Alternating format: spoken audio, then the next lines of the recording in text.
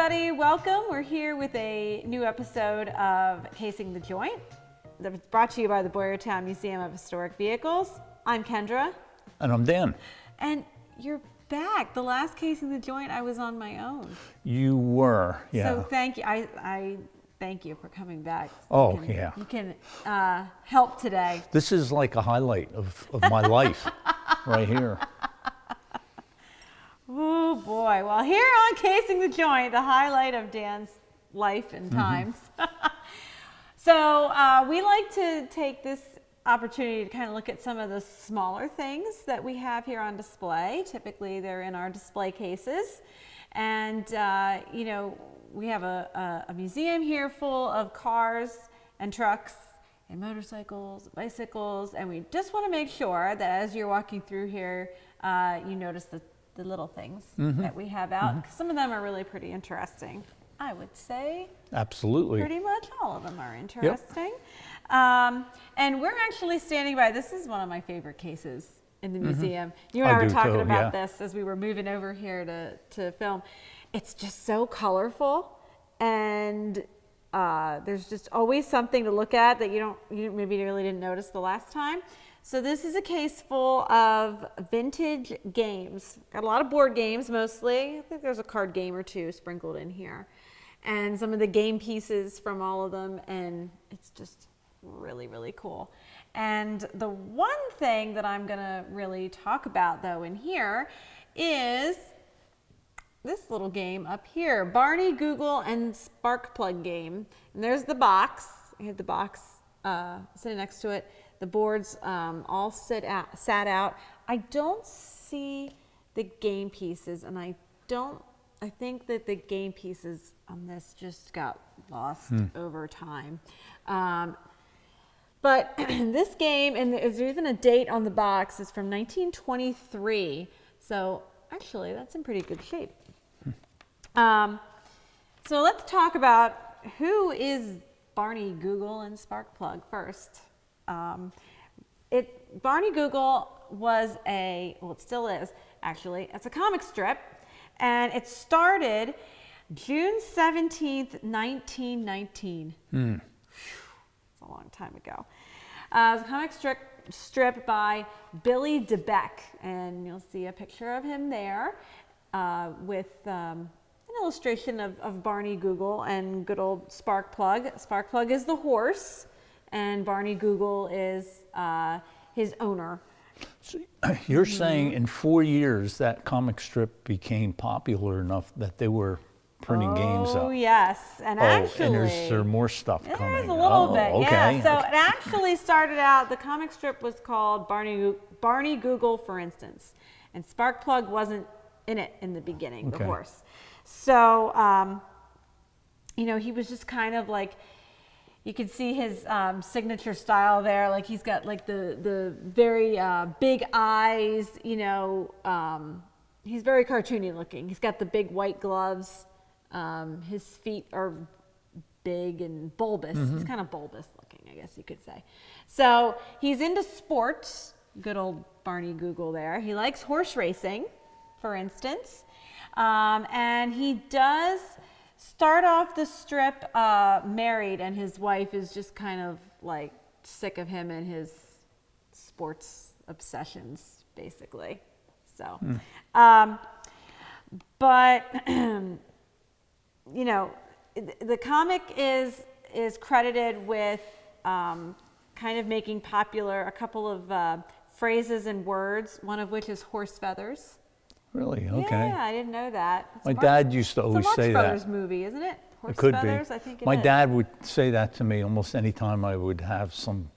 Yeah. You know, I thought it was important. Ridiculous. Well, yeah, ridiculous. Yeah, nonsense. Horse feathers. Yeah. You know, and later on he introduces another character. This is. I think kind of in the 50s, he introduces another character to the strip called Snuffy Smith, who's like a hillbilly type, backwoods, the Appalachia type, makes moonshine and all this stuff. And he actually then kind of becomes the dominant person or character in the comic strip, and they rename it to Barney Google and Snuffy Smith. And actually, Barney Google disappears for quite some time.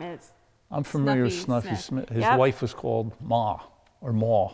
Yes. And she was like round. Yes, very bulbous. Yes. Okay. And he also had some catchphrases that I'm not going to say he invented, but he popularized. Great Balls of Fire was his catchphrase. And time's a wasted. He said that a lot. About that. Yeah, so that was Snuffy. And actually, Barney Google and Snuffy Smith is still being made. Even though Billy DeBeck, who created it, has passed away, there's new cartoonists that are now doing it. And as of 2021, I'm assuming this is still true, after Gasoline Alley, Barney Google and Snuffy Smith is the second longest running newspaper comic, still in syndication and producing new content. And it's been in over 900 newspapers in 21 countries. Wow. So that's quite a reach. It is. And it was put out by King Feature Syndicate, which I think, yes, is on the box as well. King Features was also responsible for putting out Popeye. So another excellent I feel like literature. Yeah. Highbrow. Oh, yeah. Yep. So this is a Milton Bradley game. Milton Bradley's still around. They still make very popular game manufacturer. And like I said, like on the box, it says 1923. And now let's talk a little bit about good old Sparkplug here, who is the horse again. He's on the board and he's on the box. And Sparkplug is kind of like a dopey little brown horse. He is pretty much always wearing that blanket with his name on it, and it's got patches in it, just kind of making him look homelier than he is. So Sparkplug was introduced on July 17th, 1922, and he was insanely popular. So popular that they renamed the strip for a couple years Barney Google and Sparkplug. Okay. And this I knew this.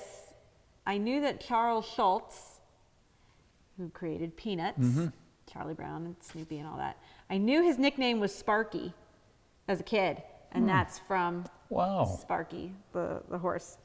But he was so popular, and actually, so he was a racehorse. I don't think he was a particularly good racehorse. No, it doesn't look it.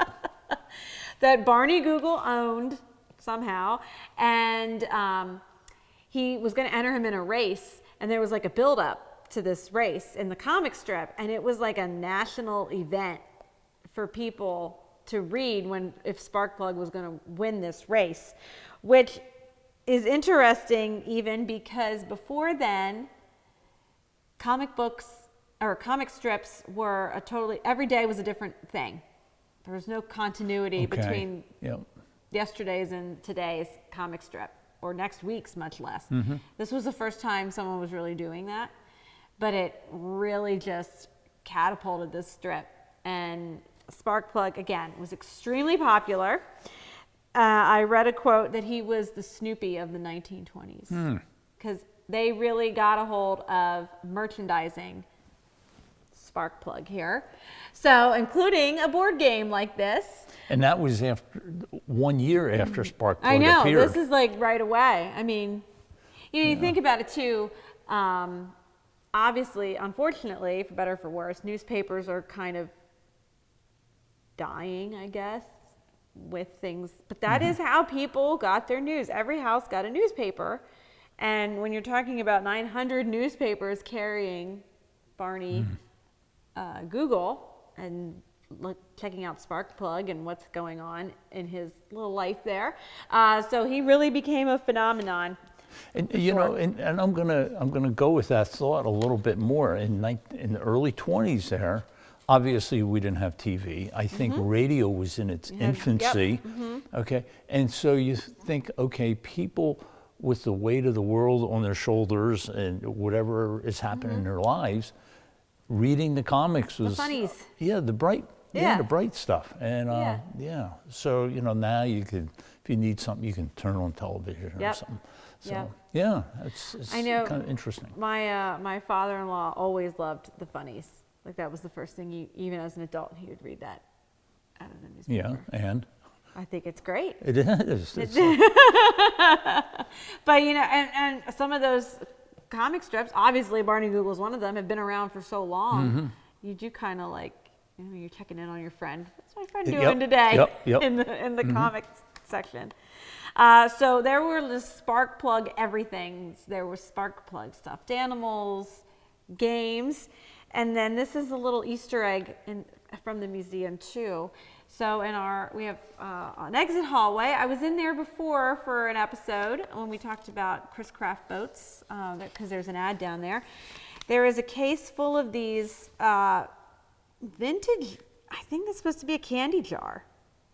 There's a whole bunch of different shapes in there, but this is a spark plug one. So he's hidden back there too. There's some car-shaped ones and other unique ones, but even spark plug, we even had a candy jar. So that would be sitting on the candy jar, I guess. I don't know, because he doesn't have like a plug or a cork in the bottom. Some of them have, a cap or something to keep it in. But that's our glass spark plug. And I have to read this to you because this is just too funny to me. So this is the board game, and it looks kind of like a Parcheesi kind of thing where you have to like race around the board, I guess. But there's a website out there called Board Game Geek, and I am a board game geek. I read this website a lot, but I Googled this to see if it was on it. I'd have to read this review because it's great.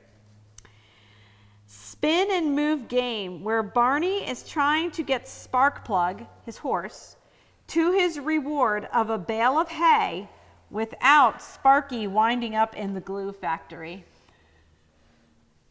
That is exactly what it is. I see glue factory up there, and I see the piece of hay down there. There is a glue factory in the corner. That's the penalty.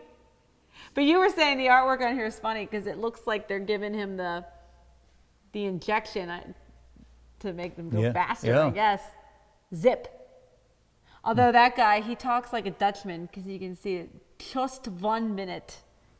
I didn't know. Pennsylvania Dutchman. Oh, yeah. Doesn't dress like a Pennsylvania Dutchman, though. Getting the horse all juiced up, steroided up for the race. So Barney Google, again, really popular comic strip. And there's animated like Barney Google cartoons, too, that they had, I guess, on TV that you can find on YouTube if you do some fiddling. Guess what I'm doing this afternoon.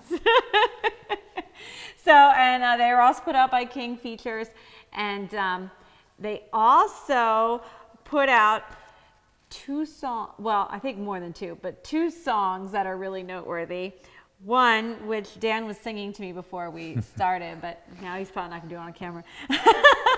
Barney Google with the googly eyes. You are correct, Barney Google with the googly eyes. And I forgot that this was in here, but we have the sheet music for that sitting in here, and there his lovely Sparkplug gets to be on there. And you can find that on YouTube. You can find a gajillion different versions of that online to hear. He did another song, which I had trouble finding, called Come On Sparkplug from the 20s, when Sparkplug took over as the reigning star of the Barney Google comic strip.